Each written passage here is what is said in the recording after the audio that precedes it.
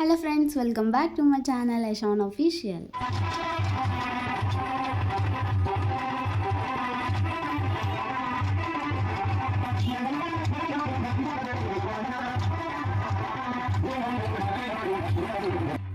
ఇంకా ఎంతమంది కోలాటం ఇవన్నీ చూడటానికి ఇంట్రెస్ట్ చూపిస్తున్నారండి.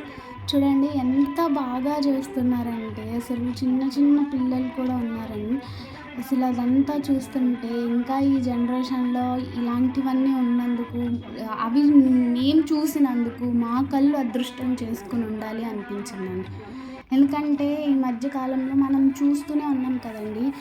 ఇక్కడ మా మా పల్లెటూరులో సంగతే చెప్తున్నానండి. కొన్ని చోట్ల నిమజ్జనాలని చెప్పి ఊరేగింపుకి తీసుకొస్తున్నారని. ఊరేగింపుకి వచ్చేటప్పుడు ఎంత చండాలమైన పాటలు పెడుతున్నారంటే అండి, నిజంగా దేవుడి దగ్గర అలాంటి పాటలు అండి పెట్టేది. అంతా బాగుందండి. మంచి విగ్రహం, అందంగా కళగా ఉన్న విగ్రహాన్ని తీసుకొస్తున్నారు. అంత డబ్బు పెట్టి పూజలు చేయించి 9 రోజులు అద్భుతంగా చేయించి, ఎందుకండి నిమజ్జనం చేసే రోజు మాత్రం ఆ దేవుడికున్న విలువని తగ్గించేసి అలాంటి పాటలు పెట్టి, అన్ని ఐటమ్ సాంగ్స్ అండి, ఐటమ్ సాంగ్స్ పెట్టుకుని ఆ నిమజ్జనాలు ఇవన్నీ ఎందుకండి? చూడండి, నేనేదో మాకు బాగా జరిగింది అని నేను చెప్పట్లేదండి. ఒక్కరోజు కూడా మా దగ్గర ఒక్కరోజు కూడా సినిమా పాట అన్నదే పెట్టలేదండి. సినిమా పాటలే పెట్టలేదు, అన్నీ భక్తి పాటలే పెట్టారండి. రోజు పొద్దున్న సాయంత్రం పూజలు జరిగాయండి.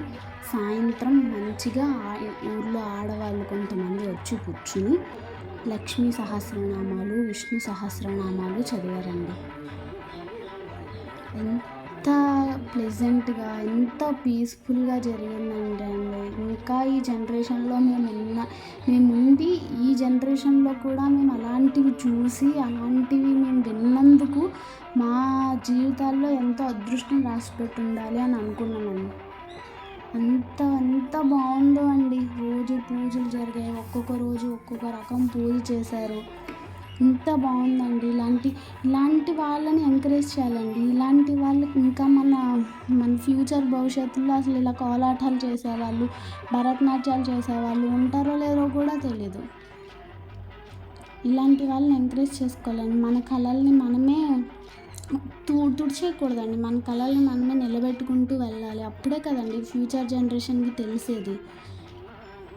బట్ నిజంగా చెప్తున్నానండి, చిన్న పాప అండి ఎంత బాగా చేసిందంటే, అసలు తను పూర్తిగా తనకి వచ్చినా రాలేదా అనేది పక్కన పెడితే, ఆ వయసులో ఆ అమ్మాయి అది చేయడం అనేది నాకైతే చాలా బాగా నచ్చిందండి. అందుకే నేను ఆ అమ్మాయి వీడియోస్ ఎక్కువ తీశాను. ఆ అమ్మాయిని మీకు చూపిస్తానండి. లాస్ట్లో వీడియో అంతా అయిపోయాక నేను ఆ అమ్మాయిని కూడా మీకు చూపిస్తాను. తను ఎంత బాగుందో అసలు, నాకైతే ఎంత ముద్దుగానో అనిపించిందండి. అలాంటి పాప ఉన్న పేరెంట్స్ ఎంత అదృష్టవంతులో అనిపించింది. ఇంతసేపు మీరు ఈ వీడియో చూసారంటే ఖచ్చితంగా మీరు కూడా నాలానే ఫీల్ అవుతూ ఉంటారండి. ఒకవేళ మీరు కూడా ఇదే ఫీల్ అయితే కింద కామెంట్లో చెప్పండి. ఇందాక చెప్పాను కదండి పాపని, ఈ పాపే.